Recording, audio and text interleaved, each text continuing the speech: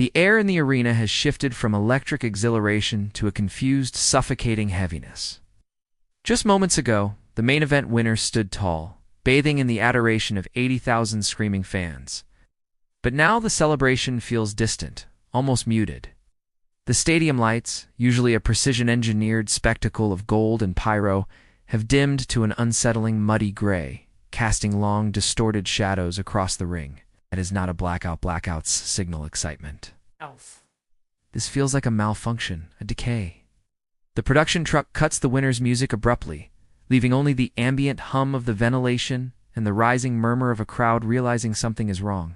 Michael Cole's voice cracks through the silence, not with his usual broadcast polish, but with genuine, unscripted confusion, asking the producers if they are still on air. The massive LED screens that circle the stadium flicker violently, displaying static that isn't the crisp digital interference of a prepared vignette, but the raw, ugly noise of a signal dying.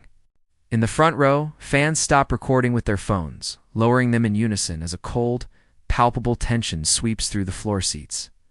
Security guards near the barricade exchange nervous glances, their hands hovering near their earpieces, waiting for orders that aren't coming. The referee in the ring looks towards the entrance ramp, abandoned by the timekeeper, clutching the championship belt as if it's a weapon rather than a prize. This isn't the manufactured drama of a storyline. It feels like an intrusion. The atmosphere is thick with the specific anxiety of the unknown, the kind that makes your stomach turn before you even know what you are afraid of. The silence stretches on for an agonizing 30 seconds, turning the massive stadium into a tomb of anticipation, waiting for a ghost to walk through the curtain. A single, discordant guitar note screeches through the PA system, distorted and lowered by an octave, sounding more like a warning siren than a melody. It holds for 10 seconds, vibrating in the chests of everyone in the building, before dropping into a slow, industrial rhythm that barely resembles the anthem we used to know. There is no explosion of steam, no synchronized lasers, just a figure emerging from the shadows of the gorilla position, walking with a terrifyingly deliberate pace.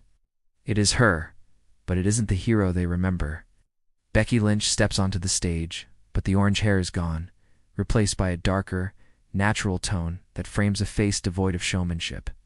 She wears no bright colors, no the man branding, just worn leather and tactical gear that looks like it has seen a war, not a wrestling ring. She doesn't pause to pose. She doesn't look at the camera. She doesn't acknowledge the crowd that is currently tearing its own throat out with a mix of shock and desperate nostalgia. The reaction isn't the rhythmic chanting of her name. It is a chaotic wall of noise, a blend of screams and stunned gasps. She walks down the ramp with a predator's focus, her eyes locked on the ring, ignoring the hundreds of hands reaching out to touch her.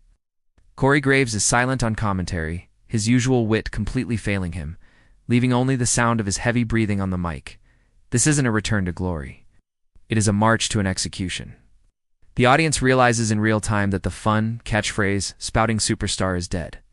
The woman walking to the ring brings a gravity that sucks the oxygen out of the room, making the championship in the ring look suddenly, terrifyingly fragile. She slides under the bottom rope, not with the fluid grace of an athlete, but with the weary efficiency of a soldier returning to a battlefield she hates. The champion in the center of the ring, usually projecting invincibility, takes an involuntary step back, their eyes widening as they process the threat standing inches away.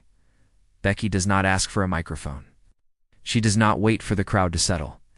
She simply stares, her eyes dead and hollow, communicating a level of exhaustion and rage that no script could ever capture.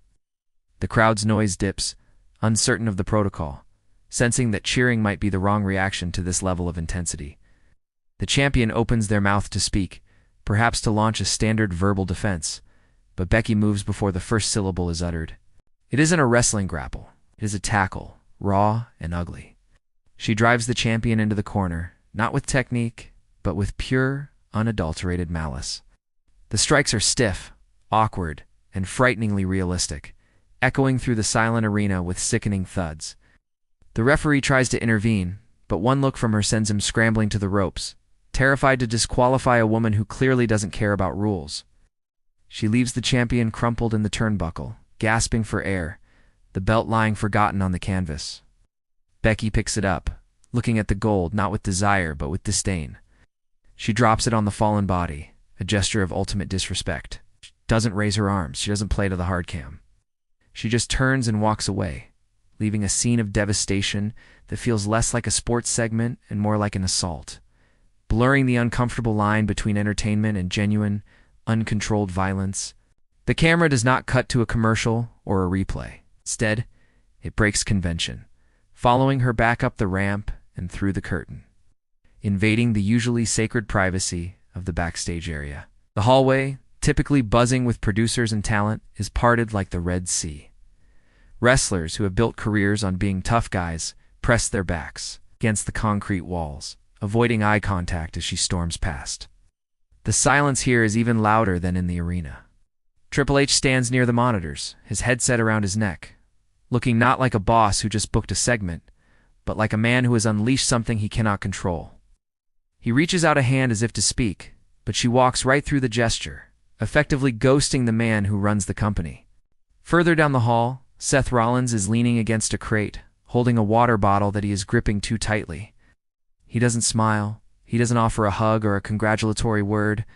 He looks at her with a mixture of pride and profound sadness, a look that suggests he knows the cost of what just happened better than anyone. She stops for a fraction of a second, their eyes meeting in a silent exchange that screams of sleepless nights and difficult conversations at home. Before she pushes past him, too, this visual confirms that this isn't just a character shift. It is a life shift.